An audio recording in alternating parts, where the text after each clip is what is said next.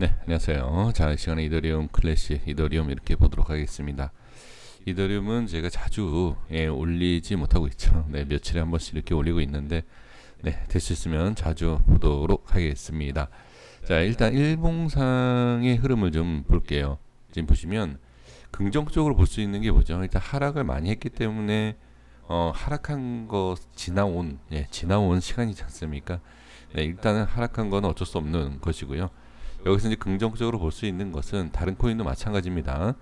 자, 밑꼬리를 만들어 주면서 일단 거래량이 어느 정도 나왔어요. 그러면 이 위치에서 매수, 상승이 나왔죠? 그럼 매수가 강하게 일단 들어왔다. 이렇게 보시는 게 좋아요. 그런데 이제 중요한 건 뭐냐면 윗꼬리가 있다는 얘기예요. 이 음봉에 대한 이 부분 말고 양봉을 만들어줬던 어제와 오늘, 자, 여기에 거래량 익절을 위해서 한 부분도 있다는 거죠. 그러니까 매수도 강해요. 분명히 매수도 강하겠습니다. 근데 생각을 잘 해보세요. 우리 시청해 주시는 분들께서 보시면 하락할 때는 대응을 잘 안 해요. 네, 이게 가장 문제가 되는데, 그러니까 쭉 빠질 때는 올라오겠지라는 생각 때문에 대응을 안 합니다. 근데 올라갈 때는 기가 막히게 대응하십니다. 조금 수익이 나고 수익이 나고 수익이 나면 본전으로 또 빠질 수 있고 다시 손절로 갈 수 있다라는 생각 때문에 대응을 잘 하십니다. 제가 무슨 뜻으로 말씀드리는지 아십니까? 빠질 때는 대응을 잘 안 하세요. 올라오겠지라는 것 때문에. 근데 지금 보면 이 위치에서 매수를 한 물량이 분명히 있고 올라가지 못하고 빠질 거다라는 생각에 매도 물량도 나올 겁니다. 그렇죠? 그러니까 그러한 캔들이에요, 이게 지금. 그래서 강한 매수가 들어왔어요, 분명히. 들어왔는데 추가적인 상승에 대한 강한 매수가 들어올 수 있느냐 없느냐, 그걸 봐야 되겠죠. 그러니까 지금 상황에서 본다라고 하면 매도, 정말 매수가 많이 들어왔다. 지금 위치입니다. 이 밑에서는 매수가 많이 들어왔겠죠. 근데 지금은 조금 눈치를 보고 있는 흐름은 분명히 맞죠. 그래서 우리가 도전 캔들이 나온다라고 하면 눈치를 보고 있다, 이렇게 얘기를 합니다. 물론 제 개인적인 얘기입니다. 어느 누가 그렇게 얘기하는 건 아닌데 제가 판단했을 때 눈치를 보는 거예요. 눈치를 보고 방향을 잡으면 거기에서 매도를 한다든지 매수를 한다든지 이러한 흐름이 나오죠. 그래서 도전 캔들이 나왔을 때 방향성이 잡힌다, 이런 얘기를 하는데, 사실 도전 캔들이 나오지 않아도 변동성은 항상 있습니다. 지금 뭐 여기에서 이제 그런 모양이 나와서 그렇지만 사실 이 캔들이 나오고 나서 더 큰 하락이 나왔죠. 그게 왜 그러냐면 중요한 기준을 이탈을 시키면 물량이 나오는 위치가 있기 때문에, 뭐 이거는 다른 얘기이긴 하지만, 그래서 제가 이제 말씀드리고 싶은 게 뭐냐면 지금은 그런 좀 눈치를 보고 있다라는 거예요. 그럼 지금은 눈치를 보고 있는 상황에서, 자, 이제 분봉상, 자, 30분봉으로 제가 가볼게요. 자, 이렇게 보면, 자, 보겠습니다. 이제 또 여기에서 기준에 대해서 좀 미리 설정한 거를 보여드려야 됩니다. 지금 최근에 영상을 시청하시고 구독하시는 분들은 제가 미리 라인을 설정을 해놓은 줄 알아요. 이 라인 흐름을 보고. 제가 지금 며칠 전이죠. 예전이라고 그렇고요. 며칠 전에 분석을 이렇게 해놔요, 미리. 자, 6만, 색깔만 다릅니다. 이거 PC가 달라서 63,000원, 그리고 55,100원 그대로입니다. 색깔만 다릅니다. 자, 볼게요. 이 위에 있었어요. 55,000원 위에 있을 때 이제 제가 분석을 한 거 아닙니까? 그러면 이 위치를 어떻게 이렇게 이탈을 하는데, 자, 자세히 보셔야 돼요. 아주 중요한 겁니다. 전 저점을 깨면서 물량이 나오기 시작하는 이 음봉, 그렇죠? 이 음봉이 나오면서 거래량이 터졌다는 얘기예요. 그리고 여기서 분명히 반등이 나와서 이렇게 올라갈 수도 있어요. 올라갈 수 있는데 중요한 건 뭐다? 민 것도 중요하지만 반등을 실패하는, 이게 가장 그러니까 기준을 잡을 줄 아신다라고 하면 이 원리를 반드시 적용시켜야 됩니다. 그 기준에 있어서 하락을 하고 돌파를 하지 못하고 그 위치를 정확하게 저항이 생긴다. 그러면 급락 나올 확률이 상당히 높아요.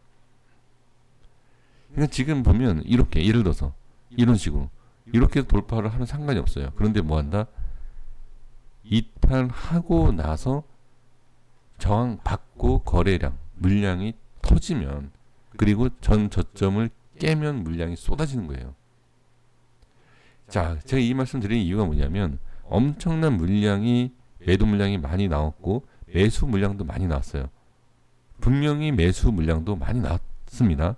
그런데 지금 이 위에 기준을 잡아드렸던 이 위에서 물량이 상당히 매도 물량이 있었고 거기에 있어서 빠진 다음에 물량이 나왔죠. 그러면 매도와 매수 물량이 지금 현재 위치에서 이루어지고 있다는 얘기예요. 그러면 현재 위치에서 이렇게 모양이 나오는 이유를 제가 설명드리는 겁니다. 이런 모양이 왜 나오느냐? 자, 제가 뭐라고 말씀드렸죠? 반등을 실패한 이 위치, 여기에 대한 저항이 만만치 않다는 얘기예요. 그러면 이 위치를 어떻게 뚫고 올라와서 5만원까지에 대한 상승하는 모습, 순식간에 툭 치고 올라오더라도 올라오는 모습을 봐야 된다는 거예요. 그러니까 결론적으로 더 쉽게 말씀드리면 이 위치에 대해서 제가 말씀을 드리는 거고요. 지금은 밀리면 당연히 안 되죠. 이건 뭐 당연한 내용이죠. 지금 위치는 당연히 밀리면 안 된다. 하지만 올라올 때 매수의 기회가 아니라 익절이나 매도에 대한 기회가 될 수 있다는 걸 말씀을 드리는 거예요.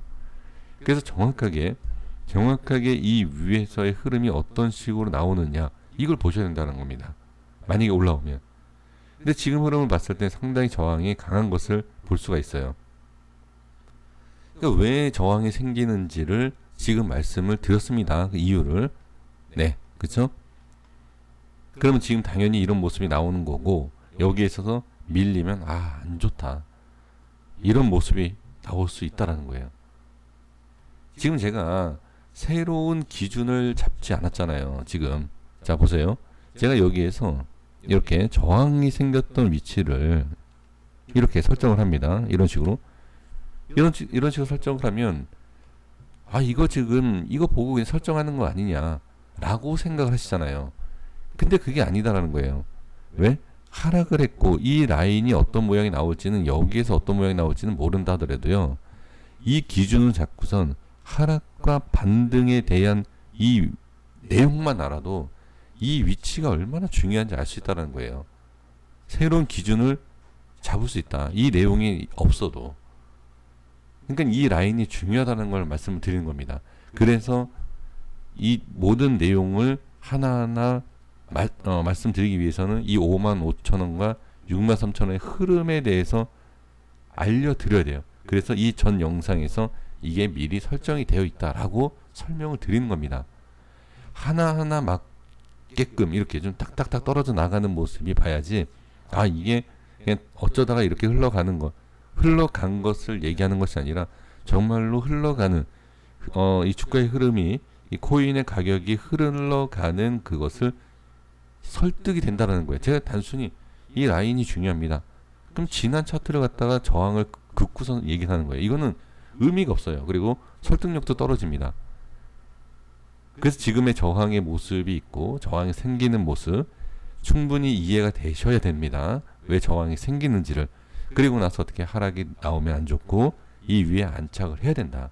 그래야지만이 좋은 모양이 나올 수 있다라는 겁니다. 그래서 아직까지는 지금 모습으로 봤을 때는 분명히 매수 물량이 많아요.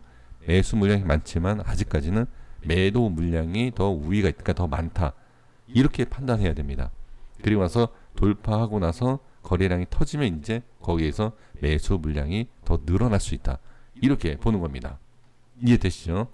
네, 이렇게 말씀드리겠고, 그 다음에 이더리움 잠깐 볼게요.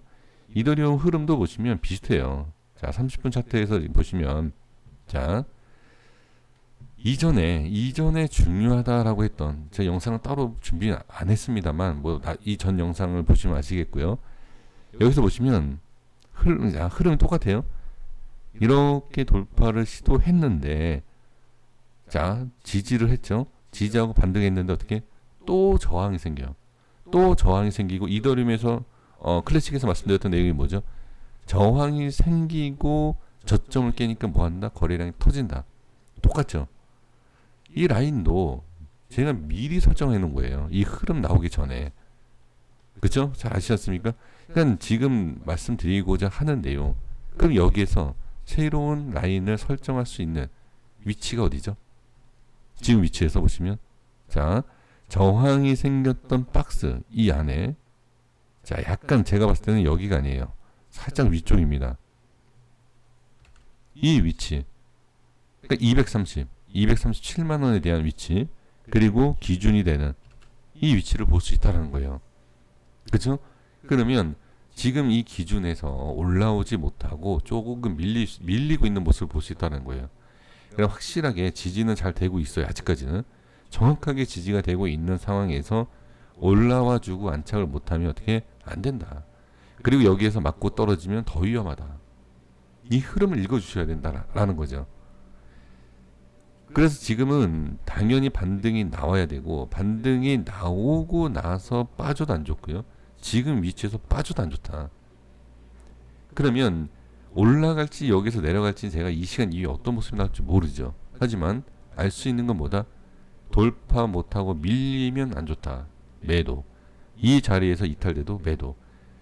뚫고 자 저항 받고 이렇게 올라간다 하더라도 빠질 때 매도. 매도예요. 여기에서 저항 받고 빠지고 매도했더니 올라가더라. 제가 뭐라고 말씀드리죠? 이거 후회하신다. 하지 마십시오. 예, 제가 말씀드린 대로 하지 마시고 홀딩 하시면 됩니다.